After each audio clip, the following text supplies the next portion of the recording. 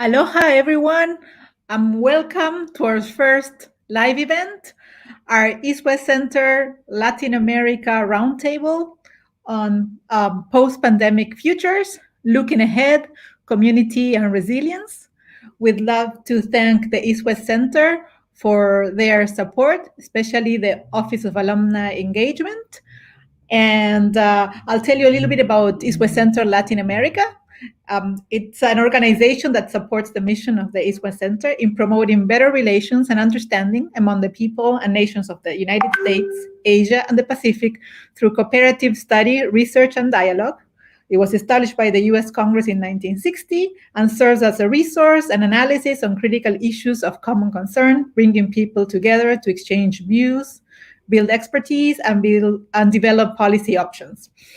And today we're just gathering some fellow alumni who have dedicated their time to share how they're responding to the pandemic. And without further ado, I'd like to introduce our first speaker, Michelle Taminato, who's joining us from Brazil. Michelle is co-founder and current CEO of Collapsol, an ecosystem that seeks solutions through the integration of happiness, collaboration, and innovation for the establishment of new lifestyles at the individual and collective levels. She is an East-West Center APLP alumna and also the co-founder of the East-West Center Association Latin America chapter. She is a mentor of the Meta Integral community, and she's starting a pro-social world community in Brazil.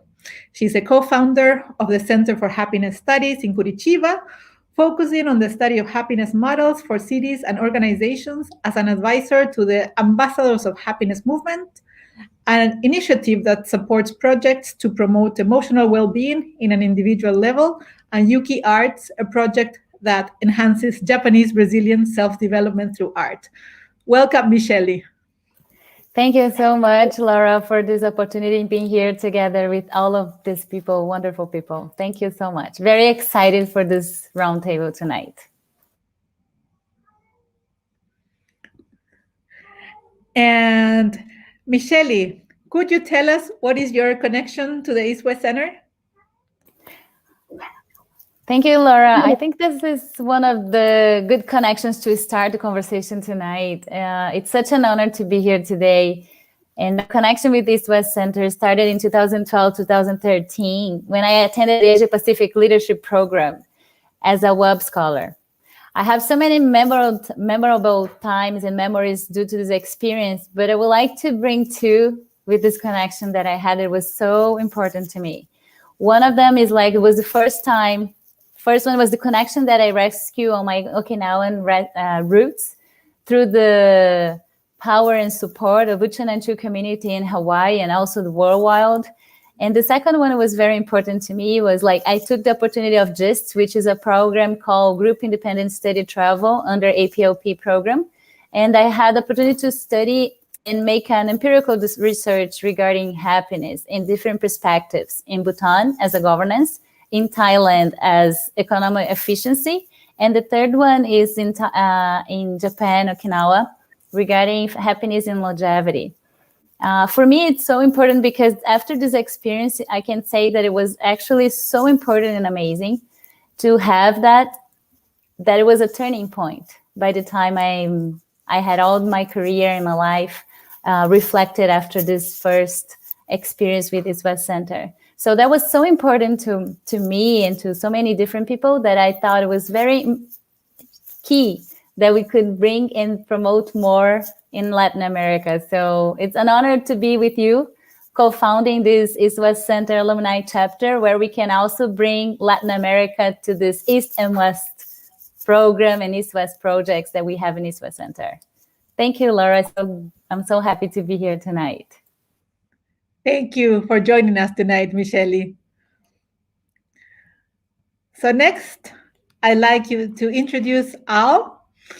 Al Harjati is an online experience. He works as an online experience at Hawaiian Airlines. He was a student program specialist who developed and instructed a graduate level applied leadership course through the University of Hawaii at Manoa for scholars funded by the U.S. State Department and the Asian Development Bank. And he's a graduate of the East West Center Asia Pacific Program, 2009, Leadership Program. And he was also my teacher. Welcome, Al. Thanks, Laura. Aloha, everybody. It's an honor to kind of join everybody to share where everything is in terms of uh, post pandemic and kind of planning ahead. And I just want to give a big thank you for our Latin America chapter, everyone who took the time to get together, kind of talk story about uh, just a lot of things that happened the past year and a half. I think it's been challenging. At the same time, it's really eye opening for all of us. And just kind of want to share a little bit of my connection with East West Center. I was Asia Pacific Leadership Program Fellow in 2008, and then I returned to the East West Center as staff member. Then I worked at the East West Center for 3 years before I joined the kind of returned to the corporate world, and then now I'm back in Hawaii, and I'm responsible for the e-commerce and online experience side of the Hawaiian Airlines. What was your most memorable moment at the East West Center? I think it's hard to just pin. It's hard to pin it down to just one, right? I think everything. It's been. I mean, to me, if I can just kind of encapsulate everything, it's just the people that we meet, the people that like Laura and everyone that I had a chance to interact and learn a lot from. So I think that's what I benefited a lot from the East West Center in that way. Just the people that there's so much. It's such a rich experience just being there.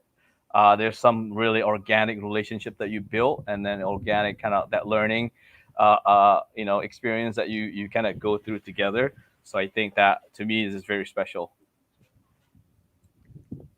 Thank you, Al.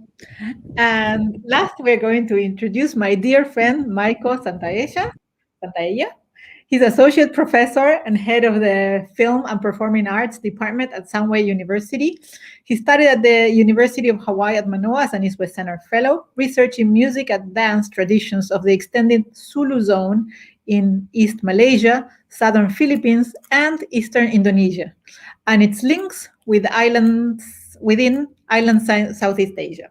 He carried out fieldwork for his doctoral studies in Indonesia as a Fulbright recipient, and his research focuses on the study of music and dance traditions and popular music in maritime Southeast Asia. Welcome, Michael. Hi, Laura. Thank you for the kind introduction, and happy to be here meeting everyone, at least virtually. Can you tell us your connections to the center? Okay, well, I was an East West Center Fellow, let's see, from 2007 until 2009, which I'm extremely grateful for, which allowed me to do my master's at the University of Hawaii in ethnomusicology. I spent quite some time before that, as well as after that, in Hawaii. So I had many types of encounters with a lot of people that led to many different projects. I would say.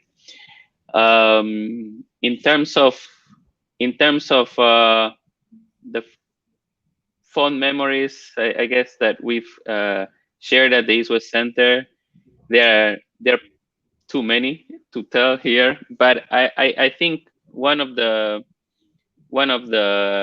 things to highlight that had a strong impact, I think, were mainly the musical encounters on my side. We had a number of impromptu, let's say, gatherings at Hale Halawai, right next to Hale Manoa. And we were able to play music with people from the Pacific Islands, from Asia, and with a number of fellows that would play music or would sing, and were keen to join us during those evenings.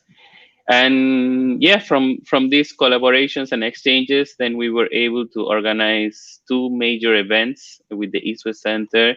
One took place usually during the fall semester, which was the concert on the lawn right in front of Hale Manoa. And the second one that we used to organize was the East West Fest, which took place usually during the spring semester. So that really took a lot of coordination, working together with a number of people, both organizers and performers. But it really showed how we were able to come together as a community and celebrate our diversity as well as our unity at the East West Center. And then you remember you working very hard as an activities coordinator, is that right? Yeah. It was always a joy. Yeah. Yeah.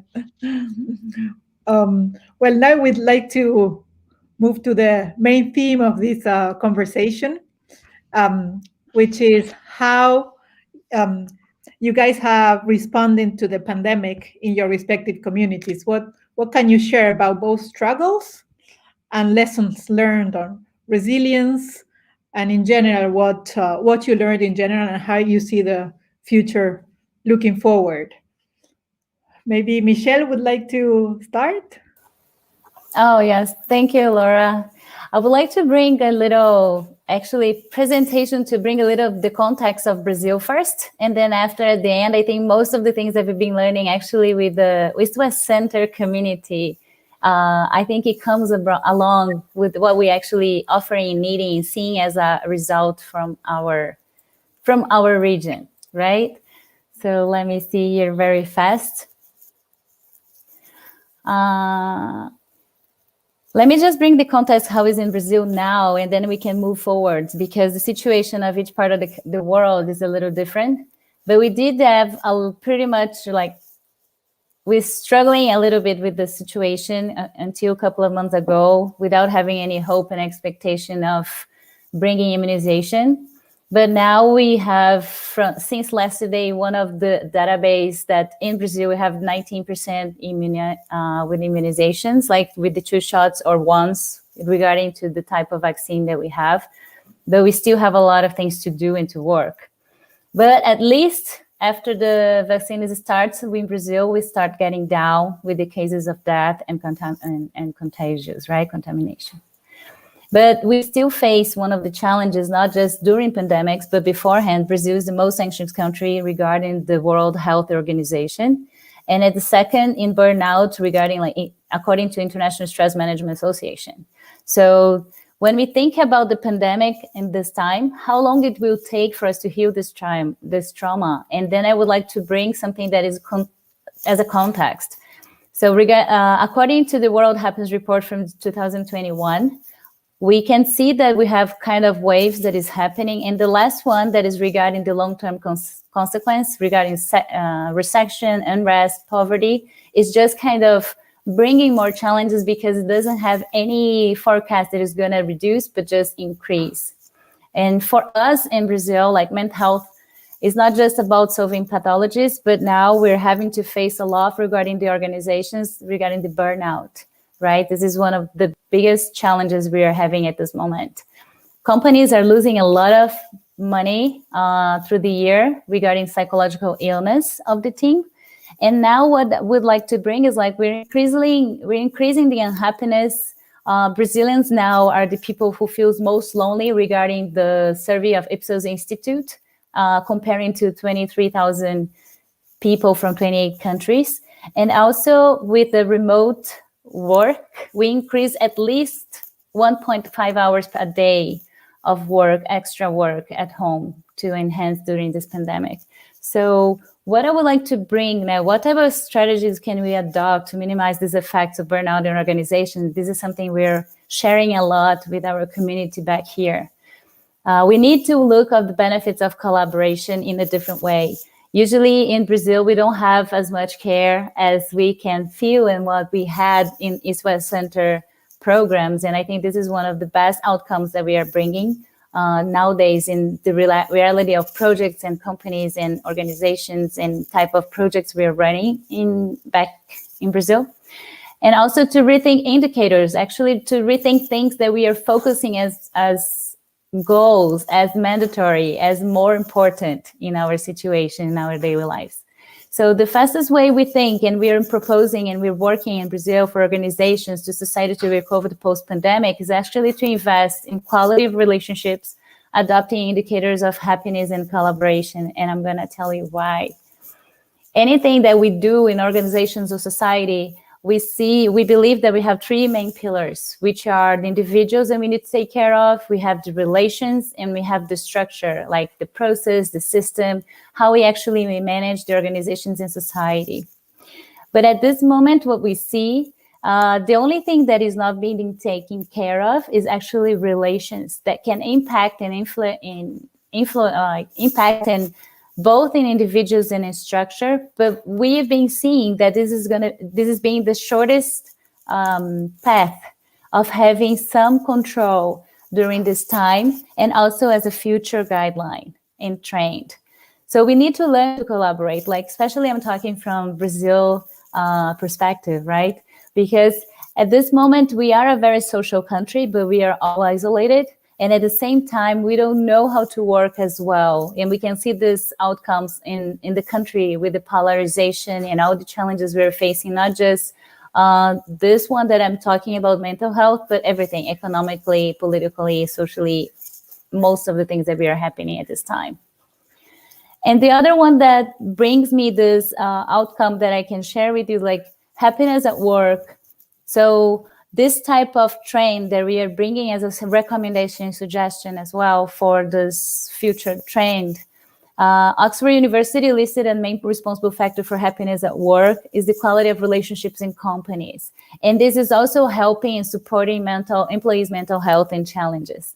So what we see is already have so many researchers saying that when you do invest in well-being and happiness, defining policies have already had 66% reduction. You can improve engagement results.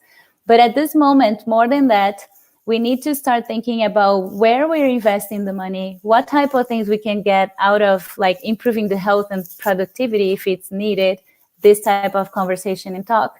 But more than that, to be responsible for what is actually happening after and what we need to be putting as a practical action and function in our society organizations where we are. So one model that we've been thinking, and this comes from, we call Collab Happiness model. It's coming from Gross National Happiness Index from Bhutan, one of the researchers regarding how you can put happiness as a governance, and also with collaborative capabilities, which is a research we are making, also based on Southeast Asia and South America. What type of skills it's needed to actually learn how to work better together and how we can share better our knowledge and content and build trust and build different ways that we can enhance what is important to have better relations in relationship. But it doesn't mean that we're just going to have the module. We need to implement and have that as books and material and researches and cases and implementation so we can actually make and see this happening.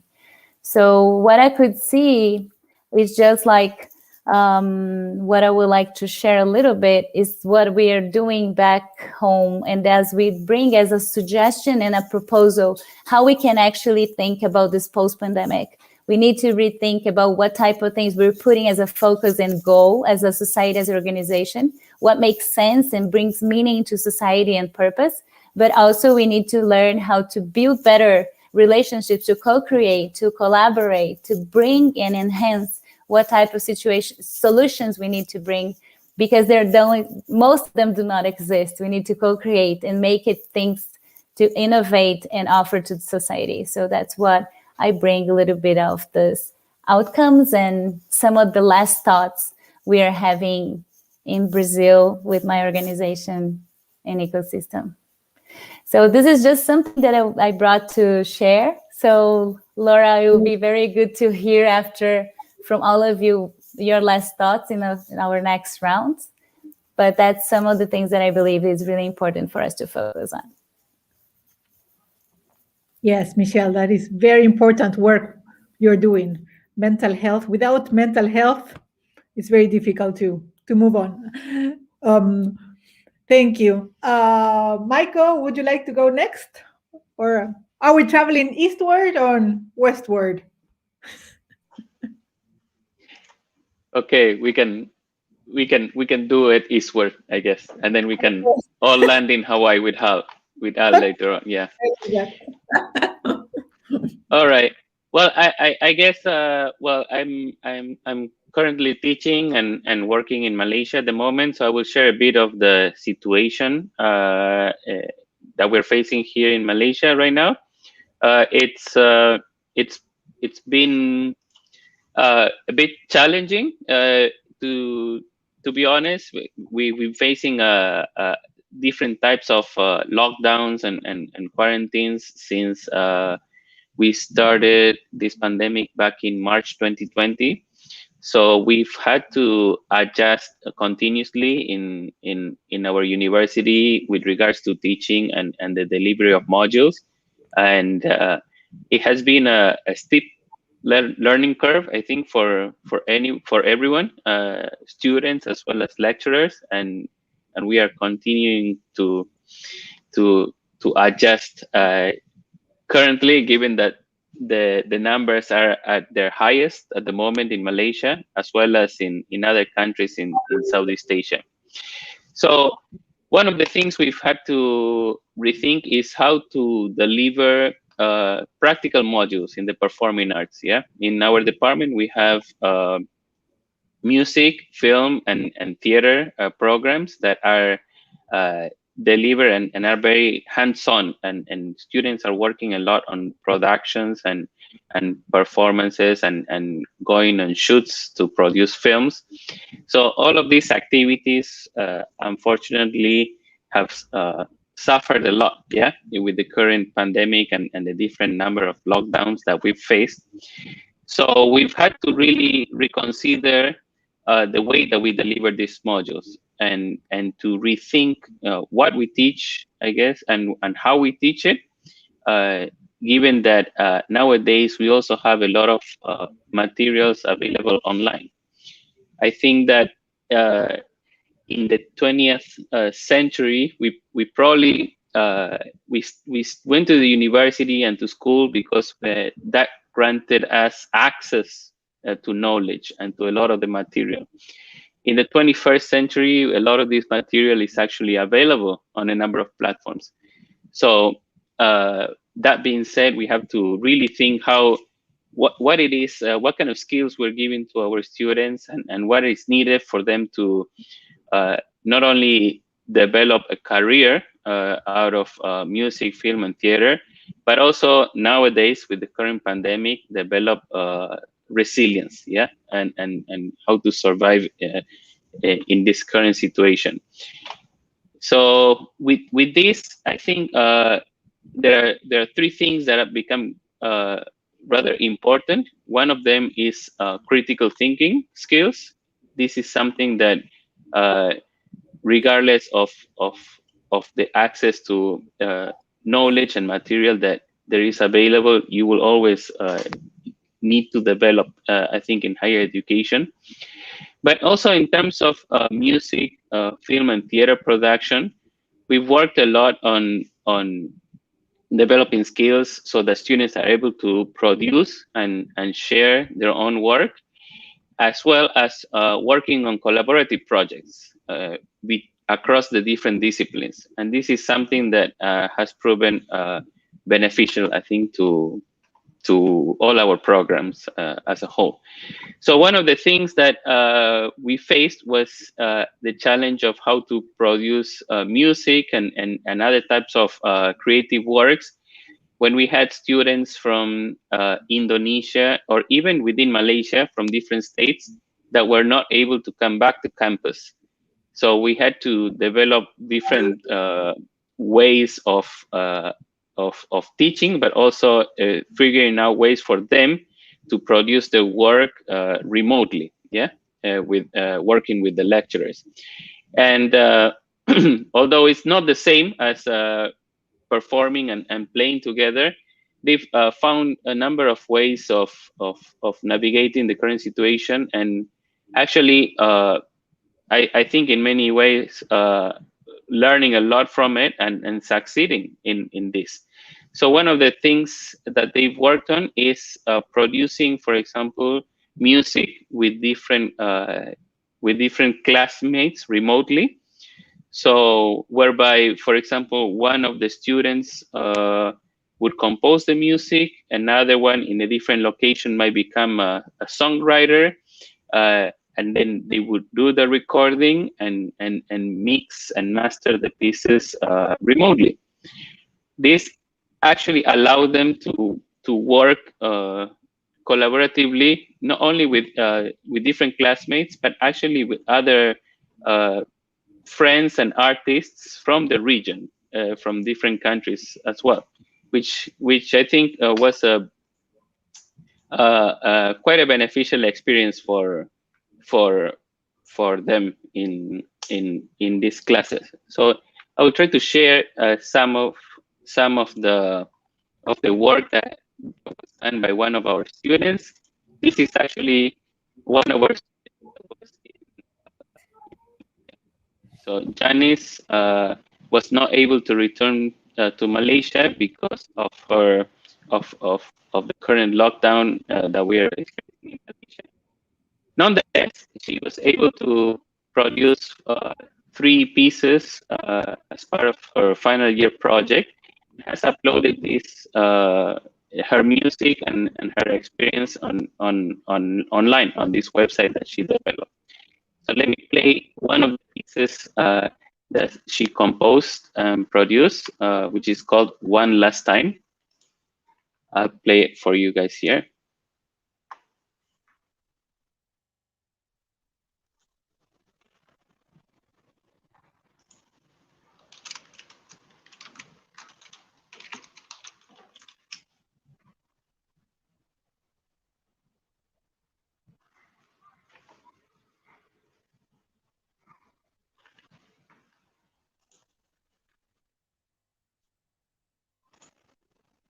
Okay, let's try that again. I think we're having some difficulties here.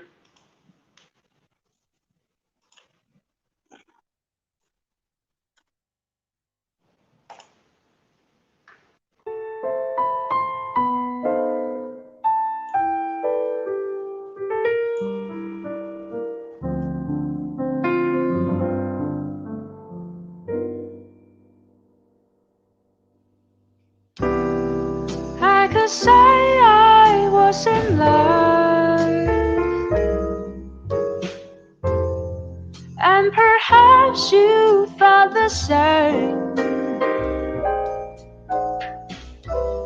But who would have known we would part like this?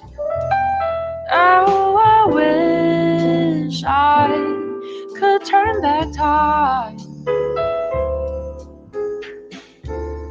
I'd hold your hand a little longer, one last time.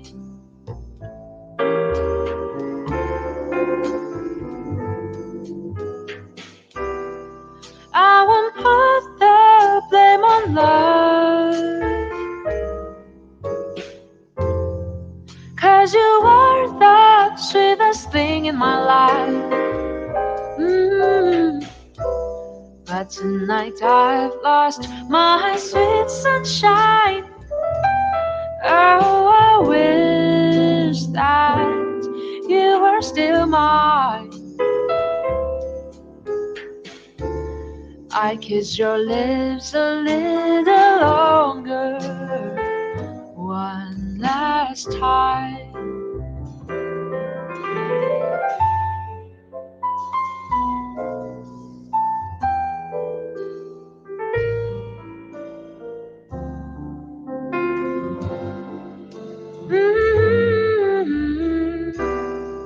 There's a stranger calling out my name,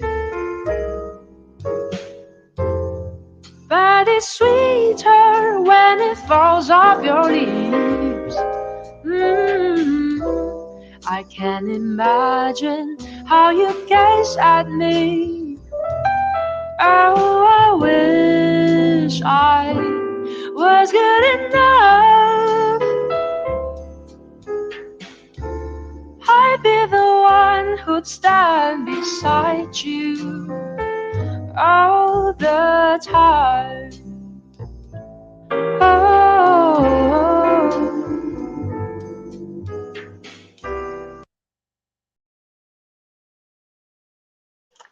So, so this is, for example, one of the pieces of one of the many pieces that were produced by our students working remotely with each other. We are really proud of their work, and I know it's been quite challenging to navigate the current situation. But I think at the same time, they were able to learn a number of skills that otherwise we would have probably not been able to cover, which is remote production, working online with other colleagues, and also learning how to promote their music online so that they can actually promote themselves and they can succeed, hopefully, once they graduate from our programs. And the other one is to learn how to work online. Yeah. There are different possibilities such as teaching, doing workshops, coaching, and really building resilience to navigate this current situation and possible future situations we will be able to face. So we're very proud of them and their work, and yeah, we will continue to navigate and surf through the waves that come our ways, I guess.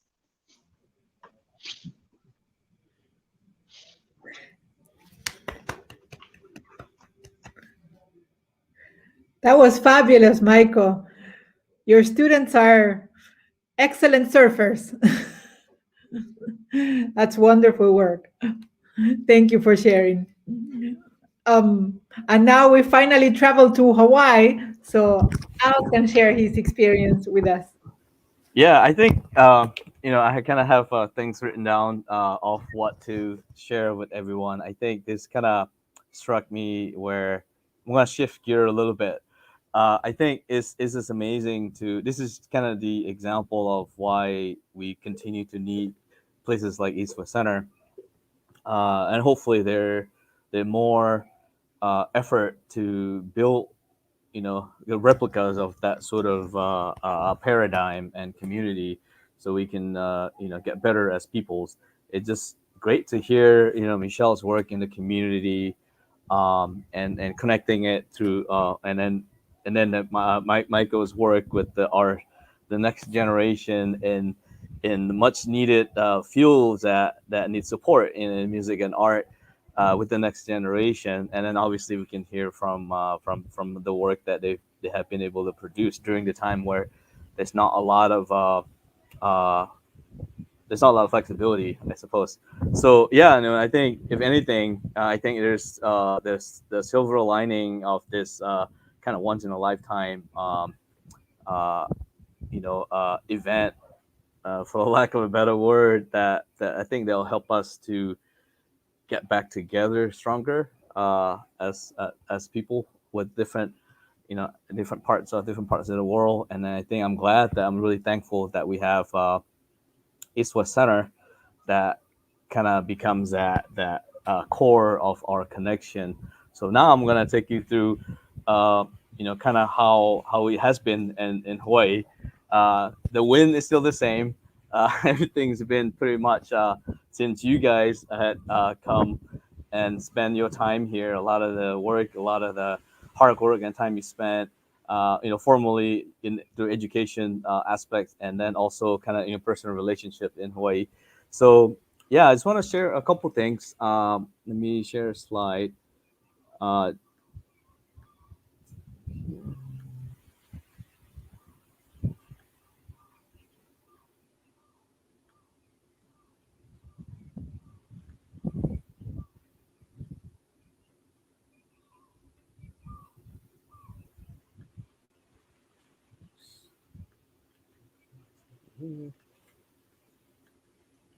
Yeah, it's kind of want to share a perspective from Hawaii, being that we so remote from from everywhere else.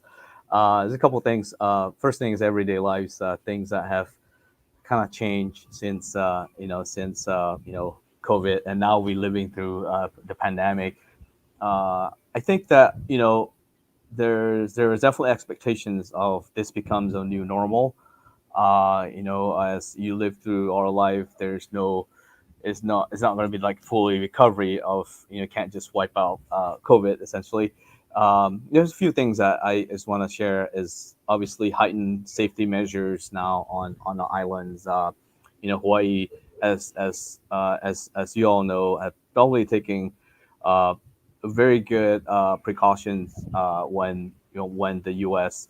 Was impacted with COVID, with the lockdown, and then kind of the different tier where that reopening is very a little bit on the conservative side, but is a very uh, the right approach to keep everyone safe.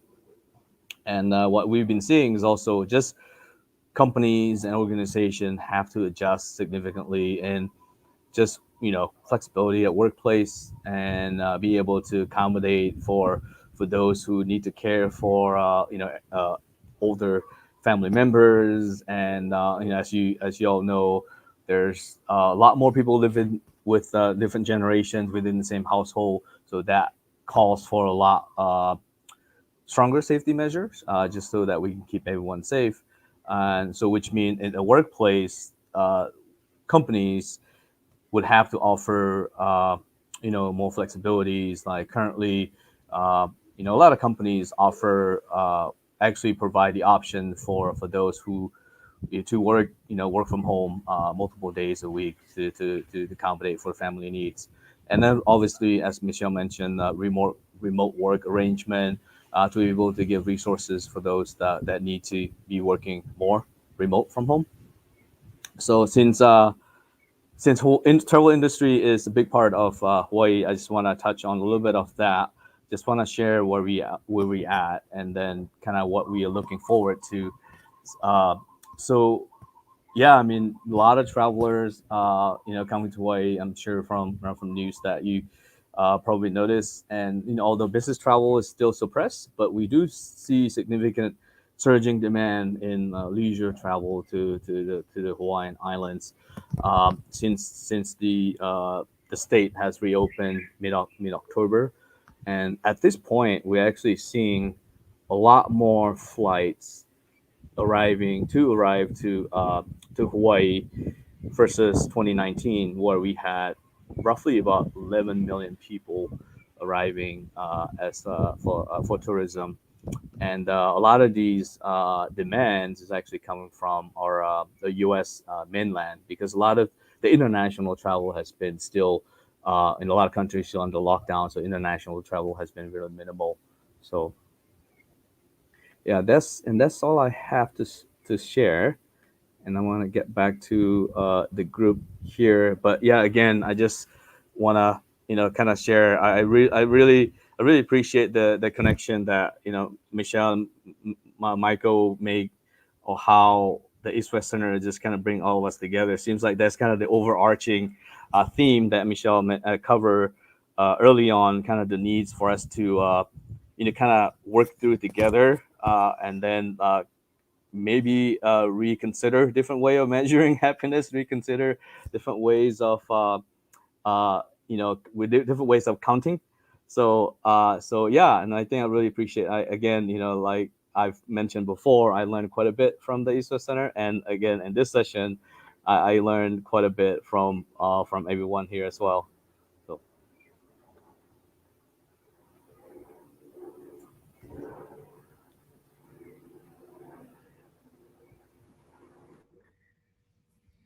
Thank you, Al, for sharing.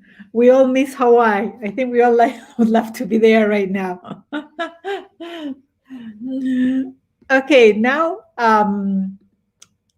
let's open it up for questions. Anybody would like to expand, or does anybody have a question for Al, Michelle, or Michael?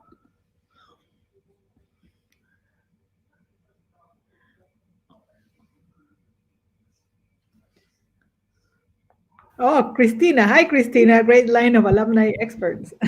Thanks. No, I have a question. I think what Michelle you mentioned is really important, and also, what do you see, the past year and a half? I suppose this kind of expedite the needs, right? I know I'm sure that people had talked about, that we possibly measuring the wrong thing, and how do you measure success and productivity? What how do you bring that plan, I guess, into working with companies, working with organizations? What are some of the like practical examples that you have? Maybe you could share with us. Thank you all. I think this is one of the main key things, because when we talk about either collaboration or happiness nowadays, we do have a big misunderstanding, and there is this toxic positivity that people keeps thinking about, that this is how you measure one thing and the other thing. I think Bhutan, and I think we are very fortunate to have alumni from Bhutan and even have the opportunity to be there. When you talk about gross national happiness, they bring as a governance. And it is just not about psychological well-being, but actually you think about relationship, vitality, community, time use, flexibility, how you're actually using all these things. And plus that, there's a lot of other studies, like, for example, pro-social world, which bring the guidance of the principles that is needed to be considered when we talk about collaboration, and also about the skills that we need to have implemented. So if I can give you like some very short and small examples, first of all, when you do have this type of indexes implemented in companies, it's usually when we bring to the C-level, president, owners, sponsors, main ones, that can see that as a strategy, where you can combine the relationship is important, but also to think about the individual as a whole. So when we think about psychological mental health, and we need to build up an environment where actually you're going to put politics, space, where people can be themselves, express their feelings, feel comfortable, and feel a little safer, and comfortable to talk about humanity that they are. Like sometimes that we see during the pandemics, one of the things that we had the biggest challenge is like death is becoming kind of like a normal thing. So suffering is not being considered. So regarding psychological well-being, this is something important to start putting some space where people can feel not just support by having therapists, like therapists and people that they can share, psychologists as a support, but also they have to have space with the team members. They have time to be spent to talk about things that are not just about work. I think something that we do in some organization, which is really simple, and sometimes it looks awkward, but just one little example, something that you can start implementing tomorrow. We do implement check-ins and check-outs. Like when people is coming to the meeting, we actually ask how they're feeling. And you need to promote that to see, because people need to feel comfortable about sharing those feelings. But one thing is like, oh, how are you doing? Like, what do you bring the most important to you out of this week? And they can start talking about that first before we start talking about business itself. And those times actually is part of the meeting. But you cannot separate like just 5 minutes. If you have 10 people in the meeting, you need to have way more. But what I've been seeing from the clients and also from my ecosystem, we're getting so much more outcomes, so much more like vulnerability, and so much more like openness to actually to face what we actually need to face. Even though we do have tests, we do have results. But by the time you feel comfortable, you feel safe, you open yourself to bring whatever you need to do, even for results, but also if they need some time and space because they're not feeling well, the whole team knows that this is actually happening. What we feel like in Brazil sometimes, we have a lot of challenges with the leaders, right? Because when we think about this, the mindset of the leaders are key. It's a key thing. Most of the people who is really needing a lot support nowadays here in our country, I'm not sure how is in Malaysia, how is in United States, but we need to give a lot of guidance and assistance to them. Because in the past, they were coming from very awkward and not good mindset and the way they were working before the pandemic. So pandemics just came to kind of explode a huge challenge that we were having beforehand. But if you would like to talk, we can share more and more all after. I just gave you a little simple one, but there's a lot of many other things that we need to do and work. Yeah, I mean, I think that's a great question. I mean, the one of the things I thought a lot about is, you know, it's like, oh, Michael's working in universities and my wife works at universities.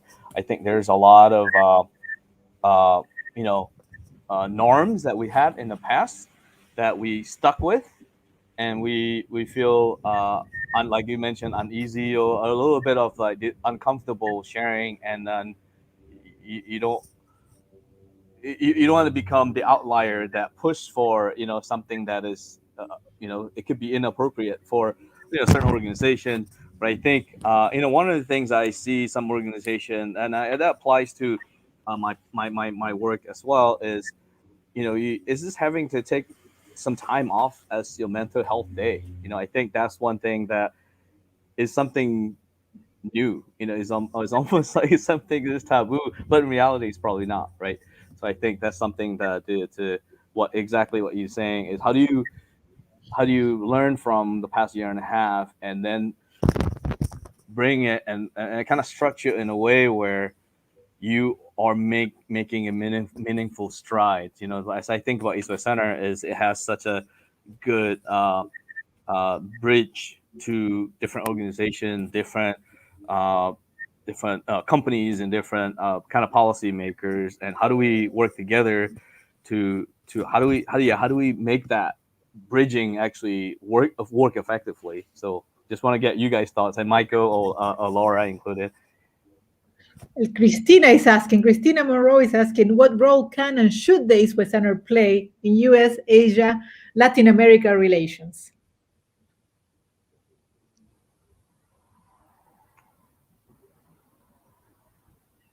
I mean, I think there's a lot of common theme here that applies in you know, in the different regions. I think one is to make sure that how do we measure things? Maybe we take a step back, and it's not a zero sum game all the time, and expand your boundary. Kind of beyond the numbers. I'm coming from analytics background, so I think I'm kind of trying to challenge myself as well. Like, what is important? How do you measure productivity? So I think we should always question that. You know, what does that mean for the company or organization? So I'll let other people chime in. So. Well, I think that this is probably a good question, and thank you, Al and Michelle, also for your comments. I think they're very valuable. I think, again, what we're coming back to this theme of community and resilience, and this is something that we were very, I think, grateful to receive during our time in Hawaii, because we were able to forge a lot of connections and develop collaborations out of this. Like, personally, I wouldn't be where I am today if it wasn't for the East West Center and all the links that were created out of that experience. So I think one of the roles that possibly the East West Center could play is to try to forge these maybe we could call them south to south connections between Latin America and Asia, or develop some kind of workshops that sort of bridge across the Pacific. Yeah. There have been a lot of projects, I think, like Michelle mentioned, linking Okinawan communities in the diaspora in Latin America back to Okinawa, and bringing some people over as well. But I think there's a lot of opportunities for exchange, not only in the arts where I'm working at mostly, but also in many other fields. Yeah, there's a big market possibilities here in the Asian side of the Pacific. And I think, coming from Latin America myself, I can see that it's also the case on that side. So I think it's about the East West Center, and I think Hawaii, because of its location, it could function as the perfect bridge across the Pacific to bring both communities together. I have a very good, I have an aspiration actually to think about that too. It's like, I really would like to have and bring some of the programs down to Latin Americans, and also to bring some Latin Americans back to Hawaii in a way that we can actually promote the programs, bringing some wisdom and knowledge that comes and is very strong from this part of the globe, right? So I remember when I talked, I was in GIST and I said, oh, it would be so wonderful if we could have a program in South America. We can go and take the Amazon. Amazon is a great challenge, and it's not just in Brazil. We have many different countries from Latin America that could be involved. And then we could bring people, we need to still wait for a little while, right? We need to get the vaccines and everything. But to get the support and get this interdependence, but whatever we think about in the world nowadays, I think the pandemics just let us more aware there's nothing possible just to think impartial or just part of the globe and just think about the international relations from the north part of the globe or whatever. So we do need to have some efforts to think collaboratively and to build this trust that we have this value is at the WISWA Center, which is so important, also considering south part of the globe.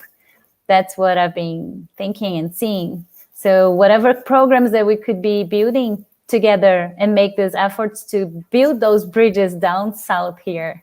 And then we can have this cross world, like we are talking this live section today, we can have and put more activities and tasks and projects together to happen. There is no other way we can think about globally without having connections. I think one of the things that I can see from East-West Center, one of the best things is actually this diversity. And out of the experiences that we have, how to build resilience to everything that is happening is just something that is important to everyone right now. And how to build communities comes together to everything that we've been seeing here in Brazil. How we actually needs to build, how we're gonna build those communities, how we actually gonna see resilience in the practical daily lives. Like, how can we do this to enhance this new trend that we need to build together? So that's what I would like to see. Maybe we can have that as an opportunity soon.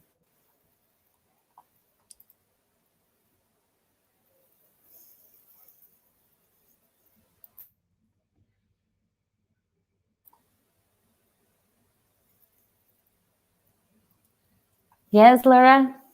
Yes, I'm just, I think we lost Al. Oh, I'm back. Sorry. There's his. So sorry. I think we are looking forward to getting together in person, either in the global south or elsewhere. Yeah, I think as a follow-up, I just want to make sure we can continue our momentum, our connection, and I think we should try to connect with the ISWA Center alumni body, and as well as potentially other alumni chapters, and then to kind of build on what we discussed here. Maybe there's overarching theme that we can work together, and maybe it's through just similar discussion that we have. I think our broadcast is really successful. I really enjoy being able to broadcast this to everyone. I think maybe the next steps is kind of take away from us to build that kind of our next session, and also how do we make it more meaningful, like something concrete, I guess, that we can build together. So that would be my my hope.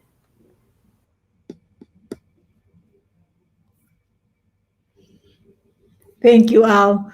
Well, we have 1 minute left. Any final words from Michael or Michelle before we close?